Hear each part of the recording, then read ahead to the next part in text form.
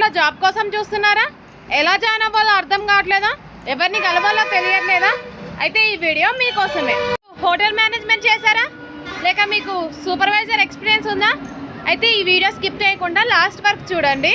మీకోసం అయితే ఒక మంచి జాబ్ వేకెన్సీ అయితే తీసుకొచ్చాను. హాయ్ అండి అందరికీ. ఎయిర్పోర్ట్లో జాబ్ వేకెన్సీ గురించి చెప్పడానికి అయితే నేను ఈ వీడియో చేస్తున్నాను. మీలో ఎవరికైనా ఇంట్రెస్ట్ ఉంటే ఎయిర్పోర్ట్లో జాబ్ చేయాలని నాకైతే కామెంట్ చేయండి, ఖచ్చితంగా రిప్లై ఇస్తాను. చాలా జాబ్ ఓపెనింగ్స్ అయితే ఉన్నాయండి. మీ అందరికీ ఖచ్చితంగా ఈ వీడియో యూస్ఫుల్ అవుతుందనే నేను ఈ వీడియో చేస్తున్నాను. నచ్చితే లైక్ చేయండి, షేర్ చేయండి, సబ్స్క్రైబ్ చేయండి. ఇంకా ఈ వీడియో విషయానికి వచ్చేస్తే ఈ జాబ్ వచ్చేసి ఎయిర్పోర్ట్లో ఉంటుంది. House keeping job and supervisor vacancies కూడా ఉన్నాయండి. మీరు సూపర్వైజర్ అవ్వాలంటే మీరైతే హోటల్ మేనేజ్మెంట్ చేసైనా ఉండాలి, లేక మీరు సూపర్వైజర్ ఎక్కడైనా చేసినట్టు ఎక్స్పీరియన్స్ అయినా ఉండాలి. ఈ రెండిట్లో ఏది ఉన్నా మీకైతే ఖచ్చితంగా జాబ్ వస్తుందండి. సూపర్వైజర్ జాబ్లో ఏముంటుంది అని అంటే మొత్తం ఆపరేటర్స్ ఉంటాయి. ఆపరేటర్స్ అని ఎవరిని అంటామంటే హౌస్ కీపింగ్ స్టాఫ్ని మనం ఆపరేటర్స్ అని అంటాము. వాళ్ళని మానిటర్ చేయాలి. మనం ఏ వాళ్ళకి వర్క్ చెప్పాలి, ఎలా చేయాలి ఏంటిది అనేది వాళ్ళకి చెప్పాలి. జస్ట్ వాళ్ళ మానిటర్ చేయాలి. వాళ్ళు వర్క్ చేస్తున్నప్పుడు మనం చూడాలి, వాళ్ళతో వర్క్ చేయించాలి, అంతవరకే మన పని. అందులో కెమికల్స్ ఉంటాయి. ఇప్పుడు బాత్రూమ్ క్లీన్ చేయడానికి ఒక కెమికల్ ఉంటుంది, ఫ్లోర్ క్లీన్ చేయడానికి ఒక కెమికల్ ఉంటుంది, టేబుల్స్ క్లీన్ చేయడానికి ఒక కెమికల్ ఉంటుంది. కాబట్టి మీకు ఆ కెమికల్స్ గురించి మొత్తం తెలిసి ఉండాలి. అందుకోసమే హోటల్ మేనేజ్మెంట్ అయినా లేకుంటే సూపర్వైజర్ ఎక్స్పీరియన్స్ అయినా ఉండాలి అని అడుగుతుంటారు. సో మీకు హోటల్ మేనేజ్మెంట్ ఉన్నా లేదా సూపర్వైజర్ ఎక్స్పీరియన్స్ ఉన్నా మీరైతే కామెంట్ చేయండి. జాబ్ వేకెన్సీ ఉంది, చాలా అర్జెంట్. మీరు నాకు కామెంట్ చేసినా లేదా ఇన్స్టాగ్రామ్ ఐడి ఇస్తా డిస్క్రిప్షన్లో. ఇన్స్టాగ్రామ్లో డిఎం చేసినా నేను కంపెనీ నేమ్ డీటెయిల్స్ అన్నీ చెప్తాను. ఎక్కడ కలవాలి, ఎలా ఇంటర్వ్యూ ఎలా ఉంటుంది అవన్నీ అయితే మీకు చెప్తాను. అస్సలు మిస్ అవ్వద్దు. జాబ్ నిజంగా నీడున్న వాళ్ళైతే కామెంట్ చేయండి, నేనైతే ఖచ్చితంగా రిప్లై ఇస్తాను.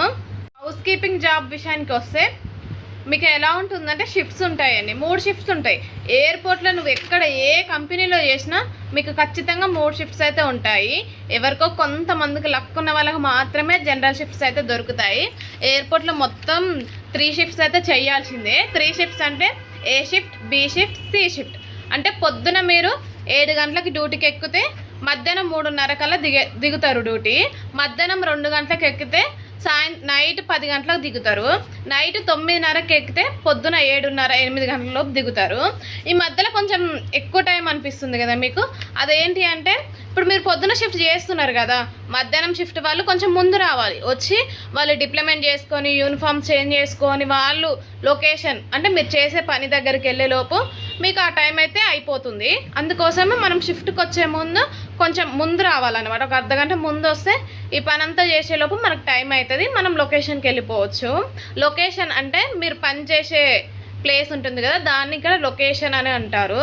కాబట్టి కొంచెం మీరు ముందు వచ్చి ఇల్లు డిప్లొమెంట్ అంటారు. డిప్లొమెంట్ అంటే ఇప్పుడు అందరూ అక్కడ కూర్చొని ఉంటారు, వాళ్ళు ఎవరెవరిని ఎక్కడెక్కడికి పంపించాలి అనేదాన్ని డిప్లొమెంట్ అంటారు. ఆ డిప్లొమెంట్ చేసుకొని మీరు యూనిఫామ్ చేంజ్ చేసుకొని మీరు లొకేషన్కి వెళ్ళేలోపు మీకు టైం అయితే అవుతుంది. సో కొంచెం ముందే రావాలి. అర్థమైంది కదా. 3 షిఫ్ట్స్ అయితే ఖచ్చితంగా ఉంటాయి. 3 షిఫ్ట్స్ ఖచ్చితంగా చేయాల్సిందే. A shift, B shift, C shift అయితే ఉంటాయండి. యూనిఫామ్స్, షూస్ అన్నీ మొత్తం కంపెనీయే ఇస్తుందండి. ఫస్ట్ మీరు జాయిన్ అయినప్పుడు ఒక పేరు ఇస్తుంది, అంటే ఒక జత ఇస్తుంది. ఒక జత షూస్, ఒక జత యూనిఫామ్ అయితే ఇస్తుంది. మీకు ఐడి కార్డ్ అవన్నీ ఇస్తుంది కంపెనీ. తర్వాత మీరు జాయిన్ అయ్యాక 2 నెలలకి మళ్ళీ ఇంకొక పేరు అనేది ఇస్తుంది. ఎందుకంటే మీరు జాయిన్ అయ్యి మీరు డ్యూటీ చేస్తున్నారు అని వాళ్ళకి నమ్మకం వచ్చినాకనే ఇంకో జత యూనిఫామ్స్ అయితే మీకు ఇస్తారు. ఫస్టే 2 జతలు ఏ కంపెనీలో ఇవ్వరు. ఫస్ట్ అయితే మీకు ఒక జత షూస్, ఒక జత డ్రెస్ ఇస్తారు, ఐడి కార్డు కూడా ఇస్తారు. ఇవి ఇచ్చిన తర్వాత మీరు కంటిన్యూగా డ్యూటీ చేసుకుంటూ ఉంటే మీకు 2 నెలలకి లేదా 3వ నెలలో మీకు మళ్ళీ ఇంకో జత యూనిఫామ్ అయితే ఇస్తారండి. నేను చెప్పబోయే ఈ హౌస్ కీపింగ్ జాబ్స్ గురించి చెప్తున్నా కదా, ఇది పర్టికులర్గా ఒక కంపెనీలో అయితే ప్రజెంట్ ఇప్పుడైతే వేకెన్సీస్ ఉన్నాయి. ఈ కంపెనీలో ఏంటంటే ఫుడ్ ఫ్రీ, మీకు 3 పూటలు ఫుడ్ అయితే ఫ్రీ పెడతారు. బ్రేక్ఫాస్ట్, లంచ్, నైట్ డిన్నర్ కూడా.